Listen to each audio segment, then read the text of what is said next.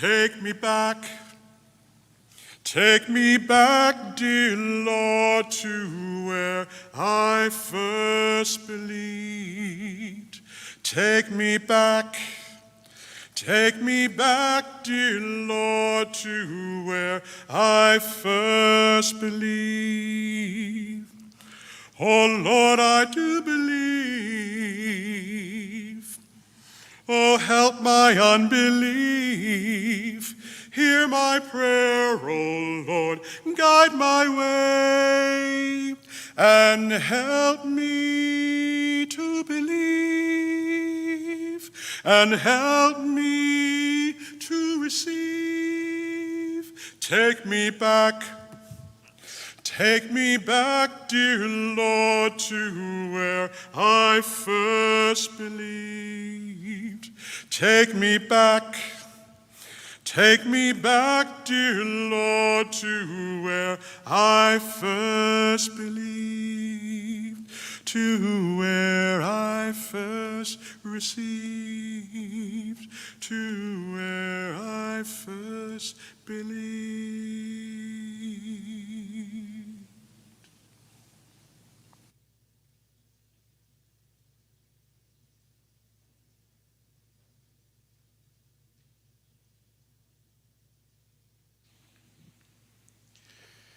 If you were here in Tucson last night, around the late afternoon, early evening, if you had your blinds drawn and heard a mighty sound outside.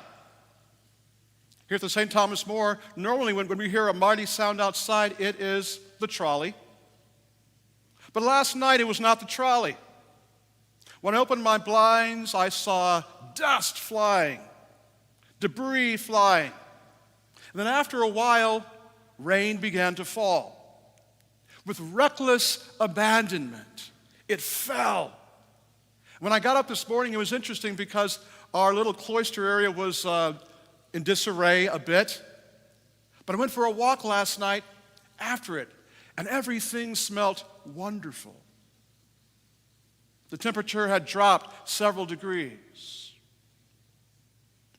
Weather is for what purpose? Especially in Arizona, rain and monsoons is for what purpose? To disrupt life? No. To feed it, to heal it. And God's rain and God's snow and God's word falls on everybody. That's the point of the first reading and the second reading. God is not selective upon who the rain and the snow fall. God is not selective about where the seeds of grace fall. They fall everywhere. And so we all have an opportunity, if only we have the ability to receive it. In these days, with so much quarantining, once we kind of reach critical mass, what do we begin to do? It becomes hard to focus, right? We get tired of looking at the same walls, the same people. It's great to be able to call in to wherever and have your groceries delivered, but after a while we get tired of that.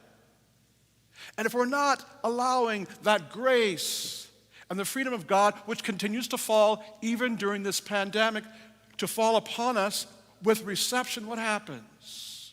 We get dry. And when you and I get dry, what happens? We get short. And even the grace of God and the hope of God does not have the power and the ability to do what it's supposed to do. Not because God can't do it, but because God is polite. God's greatest desire for us is to receive the gift of friendship with freedom. You can't force a friendship. You ever had someone try to force a friendship on you? It does not work. It does not work, and it's not healthy.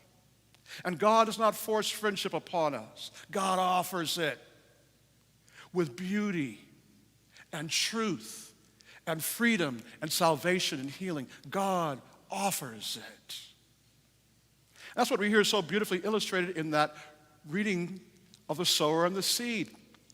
The farmer in those times did not plant as we do in these times. We've learned, technology has helped us to plant with precision, right? and even to genetically engineer that which we plant and how it grows and how it looks. But God, as the sower, doesn't plant that way. God throws out grace. Whether we want it or not, whether we're ready for it or not, whether we're in a pandemic or not, God still throws the grace. And in that grace is power. But if we were listening deeply to that first reading, what do we hear? We have to be receptive. If God's grace lands upon a path, what's going to happen to it? We're going to walk over it, we're going to ignore it, and everything around is going to eat it up. If God's grace falls on rocky ground, there's a little bit of ground, a little bit of potentiality for that grace to be received. But what happens? There's no depth. And have you ever been in a friendship or relationship with no depth? Nothing happens. You can't be honest. And that just produces more anxiety. Then what do we hear? That grace falls among thorns. And there is ground there for it to be received. But then what happens? All the distractions of life, self-imposed or other-imposed, choke it off. So that the grace and freedom and salvific nature of God's grace gets choked.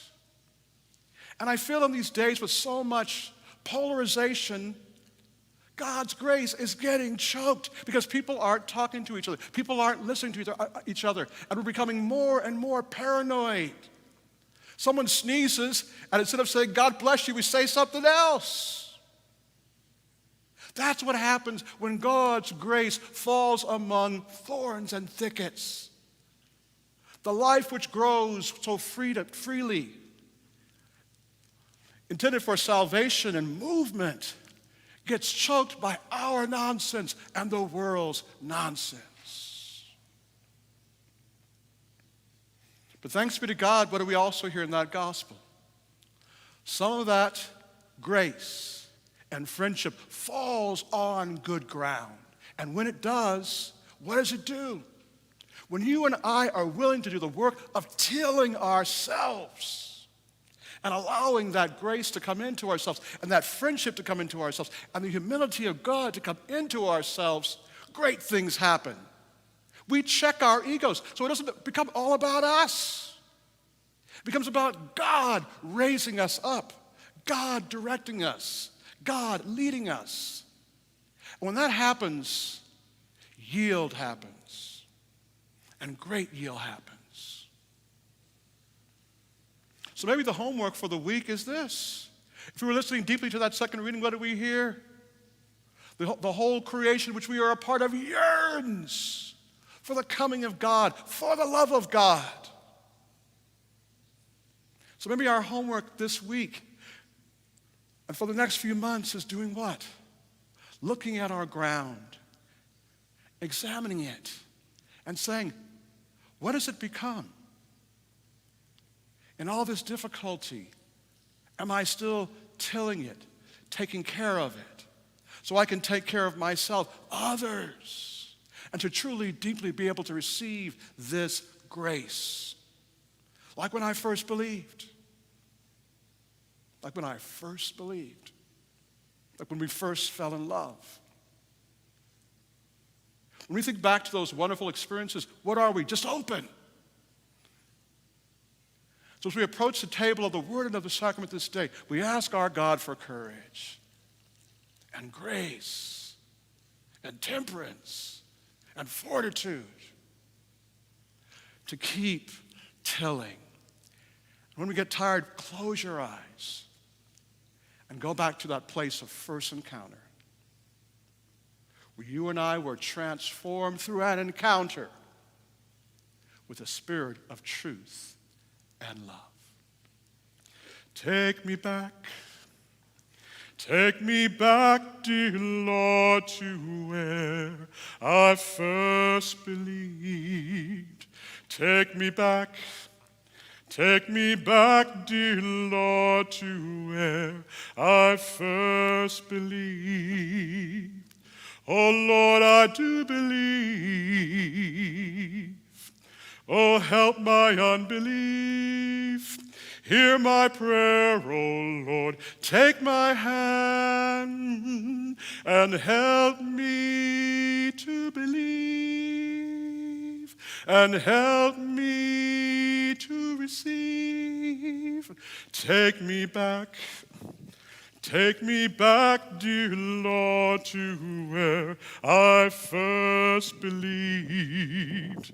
Take me back, dear Lord, to where I first believed, to where I first received, to where I first believed.